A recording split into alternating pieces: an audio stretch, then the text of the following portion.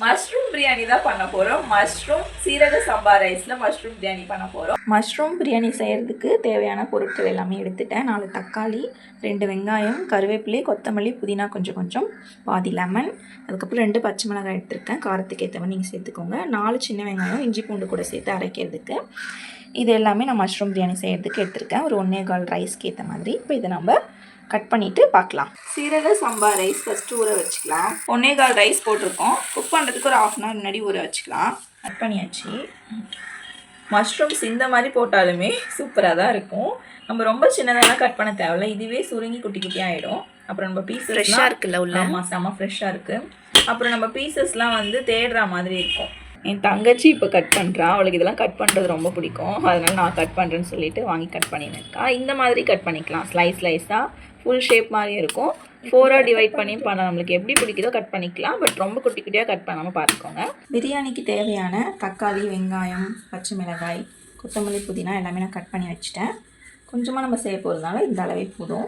பிரியாணிக்கு இஞ்சி பூண்டு அரைக்கிறதுக்கு இஞ்சி பூண்டு, கொஞ்சமாக சின்ன வெங்காயம், கொஞ்சம் கசகசா, லவங்கம், ஏலக்காய் இது எல்லாமே சேர்த்து ஃபைன் பேஸ்ட்டாக அரைச்சி எடுத்துக்கலாம். குக்கர் ஹீட் ஆகிடுச்சு. இப்போ பிரியாணிக்கு தேவையான அளவு எண்ணெய் ஊற்றிக்கலாம். இன்னும் நல்லா ஹீட் ஆகிடுச்சு.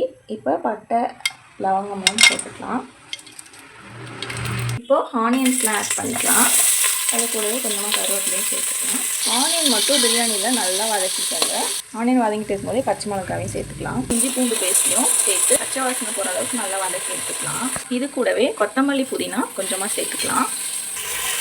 நல்லா இஞ்சி பூண்டு பேஸ்ட்டு, வெங்காயம் வதங்கிடுச்சு. இந்த ஸ்டேஜில் தேவையான அளவு காரத்தூள் சேர்த்துக்கோங்க. பிரியாணி மசாலாவும் லைட்டாக சேர்த்துக்கலாம். தேவையான அளவுக்கு கர்ட் ஆட் பண்ணிக்கோங்க. கட் பண்ணி வச்ச தக்காளியுமே ஆட் பண்ணிக்கலாம். இப்போது கட் பண்ணி வச்ச மஷ்ரூம்ஸ் எல்லாம் சேர்த்துக்கலாம். மிக்ஸ் பண்ணிக்கோங்க. மசாலா எல்லாமே மஷ்ரூம் கூட கொஞ்சம் நேரம் ஜெல் ஆகி மிக்ஸ் ஆகட்டும். லெமன் ஆட் பண்ணிக்கலாம் கொஞ்சமாக. மசாலாவோட சூப்பராக ஜெல் ஆகிடுச்சு. பிரியாணிக்கு தேவையான வாட்டர் ஆட் பண்ணி நல்லா கொதிச்சிருச்சு. இப்போது சீரக சம்பா ரைஸை போட்டுக்கலாம்.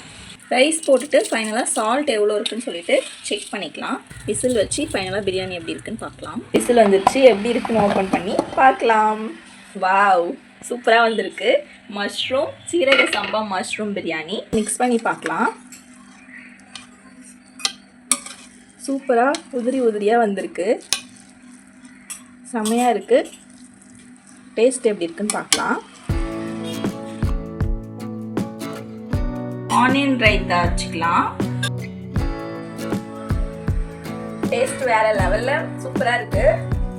மஷ்ரூம் பிரியாணி யாருக்குலாம் பிடிக்குன்னு சொல்லிட்டு கமெண்ட் பண்ணுங்கள்.